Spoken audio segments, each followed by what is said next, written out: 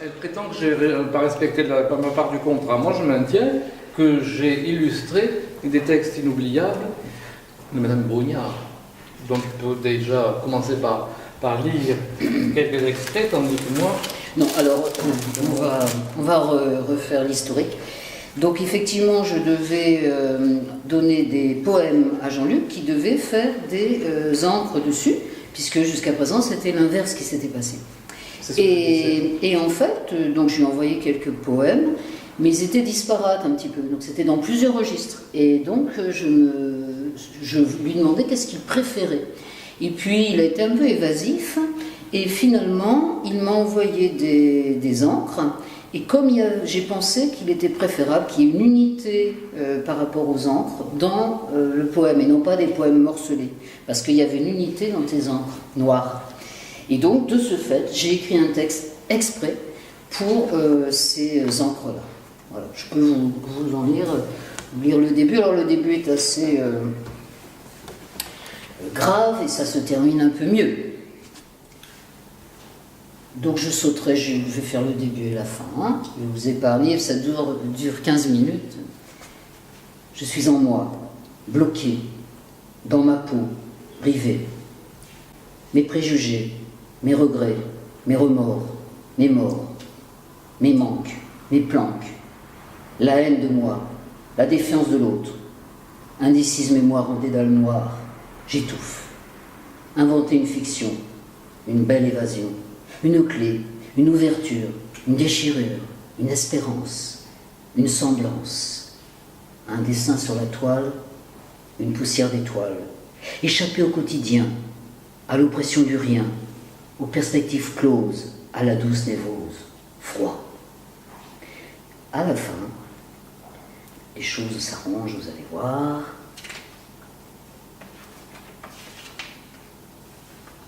Rompre avec le temps, marteler d'aiguille, passer de l'autre côté pour nommer l'absence, éternité captive, le sang en fugue, l'amertume aiguisée comme un diamant pour affûter le rêve, des cailloux aigres à portée d'âme, oublier les souvenirs, vivre le contour des choses, suivre un cercle funambule, l'aube vire en souffrance à peine attentive. Un point à faire au creux du jour, un point qui est là et qui déjà distance, se réchauffer de soi, se colorer de chaud. Le temps crépite dans l'instant, le terme anticipe. Relever le défi, combattre l'ordure qui prospère, la lâcheté qui s'étend, le cynisme de Bruto. Réagir, ressurgir, renaître, recommencer, s'inventer. Je suis l'autre, et tous, un moi fragile, à protéger, à libérer, à pardonner. Ensemble, reconstruire un monde habitable. La parole animale, intégrer la révolte des choses, la plainte des plantes, la fatigue des hommes. Faire un monde humain. Je pensais que les gens, lors de la présentation de ce petit livre, lors du Salon du Livre 2012, j'avais l'impression qu'ils avaient des réactions un peu différentes de celles qu'ils expriment par rapport, en général, à la plupart des livres d'artistes. Je ne sais pas, en tout cas, bon, de toute manière, déjà, le concept de livre d'artiste, ils le connaissent très mal. Alors il faut dire que l'appellation livre d'artiste est quand même assez ambiguë, hein, parce que parfois les gens disent, mais les autres, c'est pas des artistes qu'ils ont fait. Ben, si. Donc c'est le fait qu'il y ait à la fois un écrivain et un plasticien, c'est ça qui fait l'originalité du livre d'artiste, aussi fait en peu d'exemplaires, numéroté et signé, et souvent avec des gravures ou avec des techniques précieuses, avec du papier particulier, etc. Donc c'est vrai que ce livre n'a pas cet objectif-là, puisque là on a choisi de faire un livre d'artiste, mais de le faire en imprimerie traditionnelle. On l'a fait qu'en 100 exemplaires, numéroté et signé, et puis bon, il y a un soin dans la pagination, etc. C'est bien marqué. Voilà, mais on a opté pour arriver à faire un prix tout à fait accessible, afin que les gens qui s'intéressent aux livres d'artistes et aux arts en général puissent accéder à ces livres. Bon, 10 €, c'est évidemment pas franchement des prix de livres d'artistes. Si on l'avait fait en sérigraphie comme c'était prévu, le prix de revient était exemplaire à 60 €, donc c'est un autre problème. Alors peut-être que les gens étaient un petit peu étonnés par ça, mais Je ne sais pas, moi j'ai pas ressenti ça comme ça. Le problème vient peut-être que pour certaines personnes, le livre d'artiste, c'est aussi le livre unique, fabriqué de façon artisanale et donc un peu hors circuit. Oui, alors il y a les livres d'artistes, il y a les livres uniques, donc un seul exemplaire, ça c'est vrai, ça existe. Et puis c'est comme un tableau à ce moment-là, bien sûr. Et puis il y a aussi la troisième catégorie, c'est les livres-objets. Donc c'est les trois. Le livre-objet inclut à ce moment-là autre chose que du papier. Donc soit du carton, enfin le carton à la limite ça passe encore dans les livres d'artistes, mais du bois, du fer, des chiffons, enfin tout ce qui n'est pas papier. Et ça, on est dans le livre-objet. Alors il peut y avoir des fois des symbioses entre ça, mais bon, voilà, c'est les trois grandes familles, quoi. Encore que cette polysémie, le livre à voir à l'intérieur et qui se présente comme objet, elle est assez généralisée dans le livre d'artiste. Oui, tout à fait. On peut avoir cet aspect-là parce que c'est quand même toujours un produit très, très particulier. Il a une originalité, même s'il est fait en quelques exemplaires. Il a ce côté objet d'art, bien évidemment.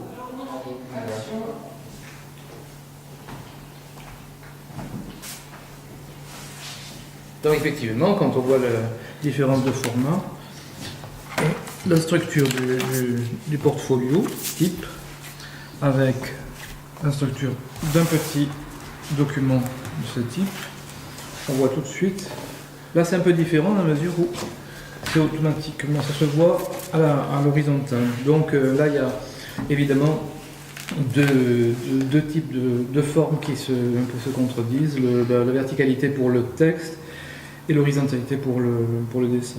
On aurait pu mettre le texte en paysage également. Hein, ça aurait Pourquoi été possible. faire simple quand on peut faire compliqué? Non mais c'était possible. Et là dans Grand Qualitem, donc il y a aussi d'autres aspects. Voilà, alors ce qu'il faut savoir aussi, c'est que, bon, d'abord quand Jean-Luc Nieto, je l'ai rencontré, je ne connaissais pas son travail. Et c'est pas évident de travailler sur une œuvre qu'on ne connaît pas, il faut rentrer dedans. Donc c'était Qualitem. Et donc j'ai eu un petit peu du mal au départ. Et puis après j'ai eu cette idée de faire des haïkus, donc des poèmes japonais courts. Et je trouvais que ça allait bien avec le Qualitem. Et il y a eu aussi cette idée de faire les haïkus sur transparent. Et ainsi on aperçoit à la fois derrière le dessin et puis ce poème qui fonctionne avec. Sachant qu'un haïku, c'est un poème qu'on dit sur une expiration de voix et à l'après, on ne parle plus, on médite. Voilà, donc ça a été le premier travail qu'on a fait ensemble. Et puis par la suite, bon, ça m'était plus facile de rentrer dans son œuvre. Et alors parfois, Jean-Luc, il m'impose un sujet, enfin il me donne le titre, et il me dit il faut un texte, par exemple pour l'étoile, donc pour celui-ci. Il m'a dit, je veux un texte, l'étoile du berger, je veux un texte qui s'appelle l'étoile du berger et qui soit en prose et qui soit élégiaque. Donc, bon, moi j'aime bien les contraintes parce que finalement ça favorise la création. Et ma foi, j'ai fait un texte que je lui ai soumis après, à partir d'un dessin, c'était je crois celui-ci. Et ma foi... Oui, c'était parfait, c'était complètement synchrone avec l'ensemble de la série. Et d'autant que, bon, on peut dire que chaque dessin pris individuellement était caractéristique de l'esprit de la série, mais en même temps, pour pouvoir développer toute une histoire à partir d'un seul dessin, entrevu d'une certaine façon je l'avais envoyé par mail, je crois. Oui. Voilà. Donc c'était une performance, donc elle est performatique en plus. Absolument, oui. Écrit. Voilà, donc ce qui est intéressant, c'est que le travail qu'on mène ensemble est multiforme. Finalement, la peinture bouge, elle est beaucoup plus constante que les structures de texte, parce qu'on a effectivement là une histoire qui est racontée, on a des haïkus, on a un texte qui est présenté de façon très lettriste, on a une sorte de long poème. Ces structures littéraires et poétiques, elles correspondent parfaitement, elles sont mobiles, elles peuvent, comment dirais-je, s'intégrer presque à ce que je fais sur le plan plastique. Voilà, donc opposition, une espèce de constante plastique et une évolutivité, je ne sais pas si le néologisme est accepté, sur le plan de texte. Et pour le coup, c'est ça l'enjeu d'un livre d'artiste, c'est vraiment une fusion entre des images, donc deux expressions différentes, des images et l'écrit, et que ça fonctionne ensemble, le mieux possible. Ok, donc là, la série L'Étoile du Berger, c'était une parenthèse dans l'œuvre immémoriale de Calitem.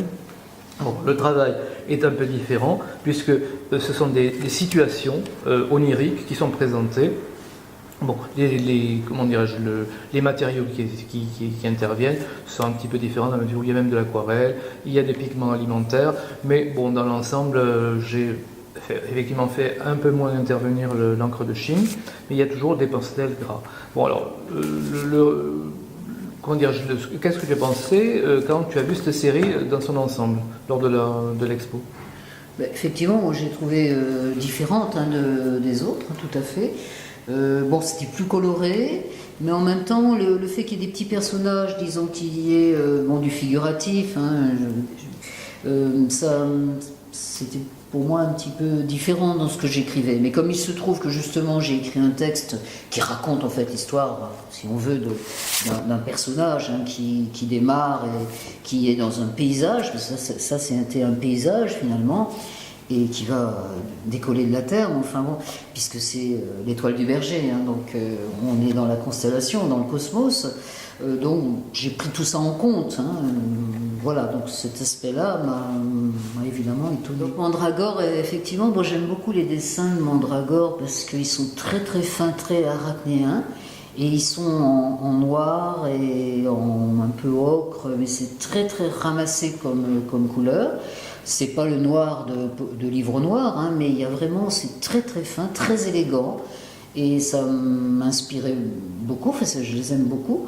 Bon, là tu m'avais demandé d'écrire, tu m'avais imposé Mandragore. Mandragore c'est pas neutre, donc j'ai écrit un texte un petit peu amusant quand même sur la Mandragore, qui avait des capacités, c'est de la magie la Mandragore, c'est la fleur qui pousse sur les gibets, etc. Donc j'ai joué là-dessus, et tout en faisant un texte un petit peu amusant, qui se termine d'ailleurs par le poème de Villon, Frères humains qui après nous vivraient, n'ayez contre nous le cœur endurci, car si pitié de nous pauvres avez, Dieu en aura plus tôt, merci, mais priez Dieu que tous nous veuillent absoudre. C'est à peu près ça. Car de la chair que trop avons nourri, et les pieds ça dévorés et pourris, et nous les autres devons cendre et poudre. De notre mal, personne ne se rit, mais priez Dieu que tous nous veuillent absoudre. Alors, en fait, c'était pas c'était pas de l'encre de Chine, c'était du carmin. C'est une encre très particulière qui a la particularité de la sanguine, mais qui est plus intense et plus profonde. Ça allait parfaitement bien avec le thème de la mandragore. Oui, alors comme je le disais tout à l'heure, pour les Calitem, c'est le premier travail que j'ai fait avec Jean-Luc Nieto, donc je n'avais pas encore bien perçu son univers, disons. Et donc j'ai eu cette idée des haïkus japonais, donc des poèmes courts en japonais. Alors les haïkus, ça existe depuis le XIIe siècle, et il se trouve qu'il faut toujours qu'il y ait une notion de temps, de saison dans les haïkus, et c'est toujours très concret les haïkus. Et par exemple, dans celui-ci que j'aime beaucoup, ce dessin-là, moi j'y voyais un mouvement. J'ai vu une libellule. Je cherche pas non plus à voir des choses dans l'abstrait parce que c'est pas le but de l'abstrait, mais néanmoins pour écrire, je me laisse des fois guider par ou une couleur ou un mouvement, etc.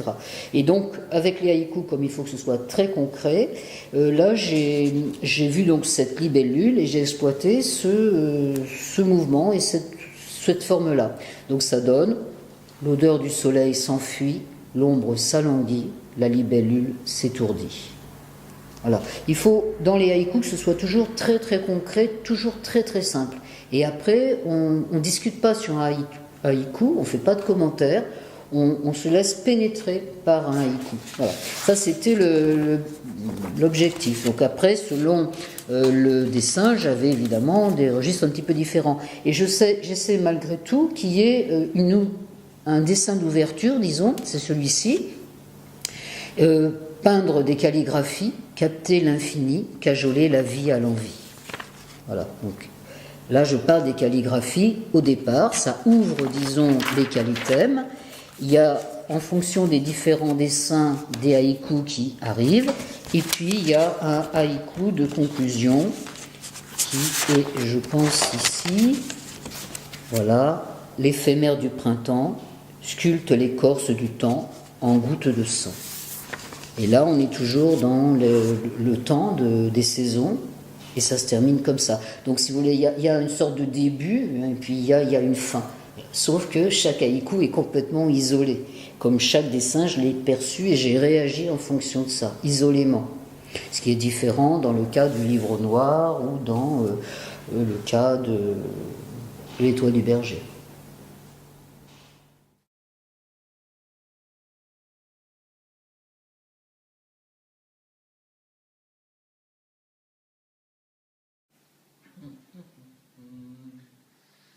Bien. On peut y aller. Ah, l'ombre qui rime avec la... Non, mais le regret en bout de fesse, quand même, ça Ah non. Carminé, le regret, il y a carminé quelque part, je crois. J'avais le regret en bout de fesse, une fleur à la lèvre carminée. J'avais la folie légère, foulant en mon pas un chemin